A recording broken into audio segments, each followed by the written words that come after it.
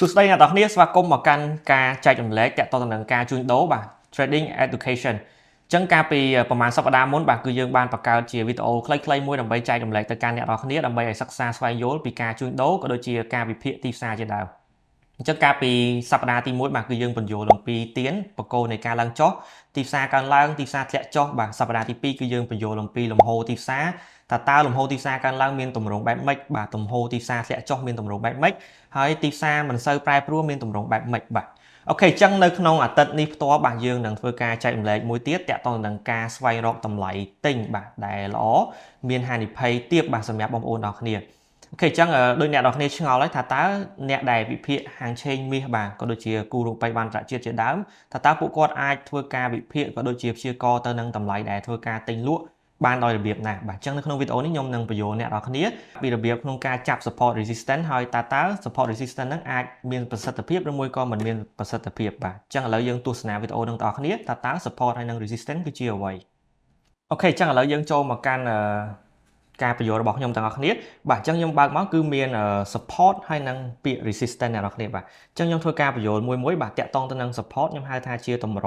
បាទបើយើងនិយាយឲ្យស្រួលយល់ support គឺជាតំបន់ដែលមានការរងចាំទិញពី trader បាទឬមួយក៏យើងហៅថាអ្នកវិនិយោគនឹងឯងអញ្ចឹងមានន័យថាមិនអ្នកនរគ្នាបាទអញ្ចឹងតាក់ទងទៅនឹង support បាទគឺជាតម្លៃទាបបាទយើងអាចនិយាយថាជាតម្លៃទាបមួយអញ្ចឹងឧទាហរណ៍ថាទីផ្សារគឺវាមានការធ្លាក់ចុះពីតំបន់ resistance មកខាងលើបាទអញ្ចឹងនៅពេលដែលទីផ្សារមានការធ្លាក់ចុះមកប៉ះជាមួយនឹងតំបន់ support បាទនឹងមានកម្លាំងក្នុងការទិញឡើងត្រឡប់ទៅវិញអ្នកនរគ្នាបាទអញ្ចឹងនេះគឺជានិយមនៃ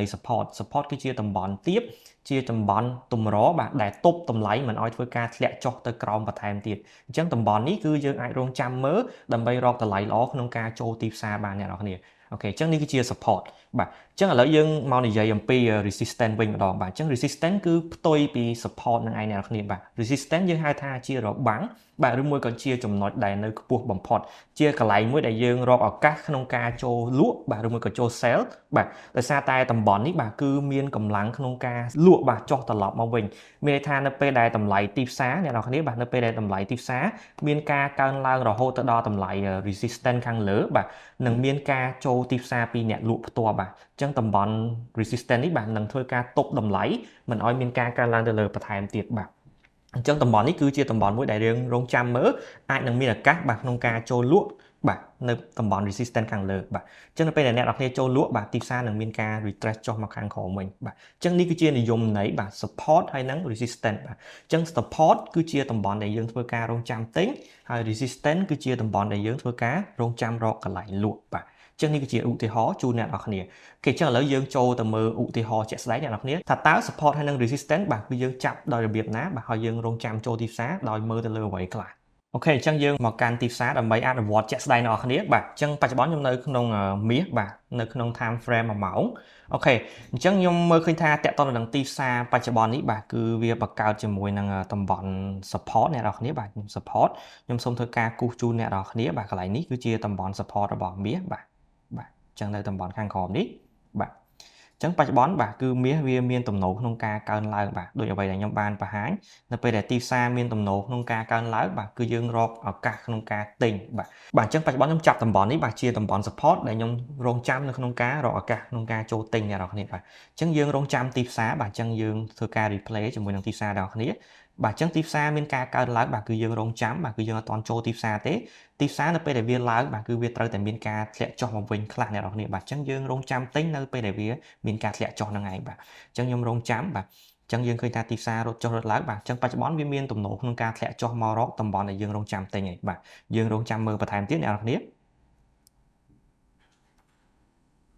បាទអញ្ចឹងតំបន់នេះគឺវាធ្លាក់មកគៀកទៅនឹង support របស់យើងមែនតើបាទប៉ុន្តែយើងមិនទាន់ចូលទីផ្សារទេអ្នកនរគ្នាដោយសារតែមិនទាន់មានអំណាចគ្រប់គ្រាន់ក្នុងការឲ្យយើងបាទអាចចូលទីផ្សារនៅកន្លែងនេះបាទយើងរងចាំបន្ថែមទៀត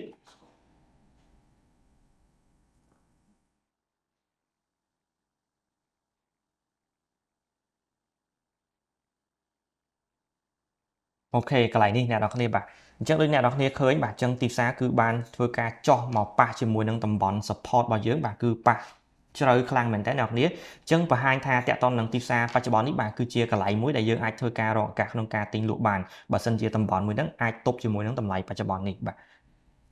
អូខេ ចឹងយើងឃើញថាបកគោthay time frame 1ម៉ោងបាទគឺបិទបកគោបៃតងឡើងទៅលើវិញបាទបង្ហាញថាសញ្ញាក្នុងការទិញបាទគឺមានកម្លាំងក្នុងការកើនឡើងបាទចឹងយើងអាចធ្វើការចូលទីផ្សារបងប្អូនអ្នកគ្នាបាទគឺនៅតំបន់ដែលខ្ញុំបានគូសហ្នឹងបាទចឹងអ្នកនរគ្នាអាចចូលទីផ្សារនៅតំបន់ហ្នឹងបាទចន្លោះតម្លៃ$4,900ក្នុងមួយអោនហើយយើងធ្វើការកំណត់ stop loss បាទ10លេខឬមួយក៏20លេខបាទ target របស់យើងបាទទៅតាមនៅឧទាហរណ៍ថាបើសិនជាអ្នកនរគ្នាកំណត់ការខាត10លេខបាទអ្នកនរគ្នាត្រូវតែកំណត់ការចំណេញ20លេខទៅ30លេខបាទចឹងនេះគឺជាការជួញដូរបាទដោយមាន risk reward ត្រឹមត្រូវអ្នកនរគ្នាបាទគឺមានន័យថាយើងហ៊ានខាត$100យើងត្រូវតែចំណេញ$200បាទឬមួយក៏$300បាទអូខេចឹងកន្លែងនេះគឺយើងធ្វើការចូលទីផ្សារបាទអូខេយើងចូលទីផ្សារបាទហើយអ្នកនរគ្នាអាចធ្វើការចូលទីផ្សារនៅតំបន់មើលខាងលើនេះបាទចូលនឹងតំបន់ខាងលើនេះហើយអ្នកនរគ្នាអាចធ្វើការកំណត់ SL បាទនៅខាងក្រោមបាទ SL ហើយ take profit របស់យើងបាទគឺនៅតម្លៃខាងលើនេះបាទអញ្ចឹងដោយសារអីទី1គឺទីផ្សារបានមកប៉ះជាមួយនឹងតំបន់ support ហើយបង្ហាញសញ្ញាក្នុងការកើនឡើងបាទអញ្ចឹងយើងរងចាំមើលដល់អ្នកបាទថាតើទីផ្សារគឺ hit ជាមួយនឹង target របស់យើងដែរឬទេបាទអញ្ចឹងគឺទីផ្សារអ្នកនរគ្នាបានឃើញបាទគឺមានការកម្លាំងស្ទុះឡើងខ្លាំងមែនតើបាទអញ្ចឹង hit ជាមួយនឹង target របស់យើងបាទបើយើងចូលទិញនៅតំបន់មួយនេះបាទយើងបន្តរងចាំមើលបាទ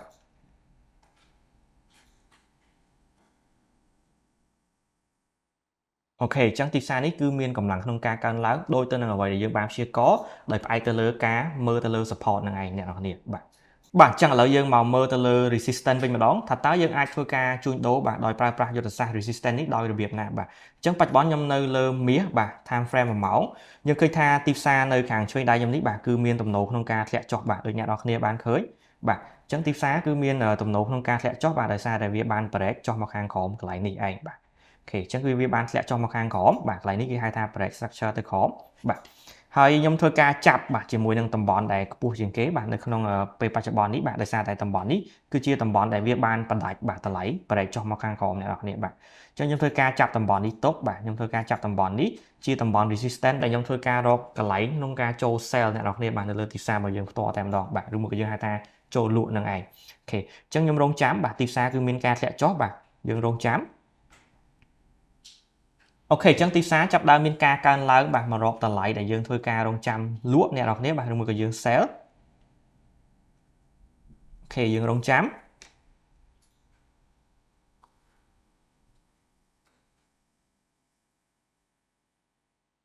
បាទអញ្ចឹងយើងឃើញថាទីផ្សារបានចូលមកប៉ះជាមួយនឹងតំបន់បាទដែលយើងរងចាំក្នុងការលក់បាទអញ្ចឹងអ្វីដែលអ្នកនរគ្នារងចាំមើលបាទគឺយើងរងចាំមើលថាតើបកគោដែលបានបិទជាមួយនឹងតំបន់ហ្នឹងបាទគឺបិទបកគោទៅលើខ្ពស់បាទ pot resistance ឬមួយក៏បិទមកខាងក្រោម resistance បាទបើសិនជាបកគោដែលទីផ្សារកំពុងតែឡើងហ្នឹងអ្នកនរគ្នាបាទបិទធ្លាក់មកខាងក្រោម resistance ដែលយើងបានគូសនេះគឺនឹងមានការ sell off បាទត្រឡប់ចុះមកវិញពីអ្នកលក់ផ្ទាល់អញ្ចឹងកន្លែងនេះអ្នកនរគ្នាអាចធ្វើការ sell បាទអូខេយើងរងចាំមើលអូខេអញ្ចឹងបកគោទីផ្សារបាទចាប់ដើមបង្ហាញសញ្ញាក្នុងការធ្លាក់ចុះហើយបាទអញ្ចឹងអ្នកនរគ្នាអាចធ្វើការ sell នៅតំបន់នេះបានបាទដល់យើង sell នៅតំបន់នេះបាទ4150បាទយើងអាចធ្វើការដាក់ stop loss បាទ20លេខបាទទៅ30លេខ target របស់យើងបាទ40លេខទៅ50លេខបាទអញ្ចឹងមានថានៅពេលដែលអ្នកនរគ្នាដាក់ stop loss ចំនួន10លេខ take profit បាទឬមួយក៏កន្លែងដែលយើងត្រូវកាត់ផលចំណេញត្រូវតែបាទទទួលបាននៅផលចំណេញ20លេខបាទមានថាអ្នកនរគ្នាហ៊ានខាត100អ្នកនរគ្នាត្រូវតែទទួលបានផលចំណេញ$200ទៅ$300បាទនេះគឺជា risk reward ដែលអ្នកនរគ្នាត្រូវតែអនុវត្តបាទជាមួយនឹងទីផ្សារអូខេអញ្ចឹងយើងធ្វើការចូល sell បាទនៅតំបន់នេះបាទអញ្ចឹងទីផ្សារគឺមានការបាទធ្លាក់ចុះអ្នកនរគ្នាបាទធ្លាក់ចុះ